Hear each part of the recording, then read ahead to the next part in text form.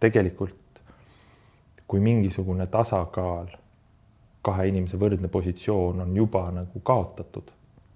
Ehk keegi on alla surutud ja mingisuguses sellises olukorras, kus tal ei ole võimalik nagu väljuda või ennast väljendada nii või olla niimoodi, nagu ta tahaks, siis tegelikult ju sealt see vägivald juba hakkab pihta. Ma ei tea, keegi ütleb, et ta on kannatanud koduvägivalla all ja selle vägivallatseja leitakse kuskilt keegi, kellega ta käib koos trennis, kes ütleb selle peale, et aga mind ta löönud ei ole.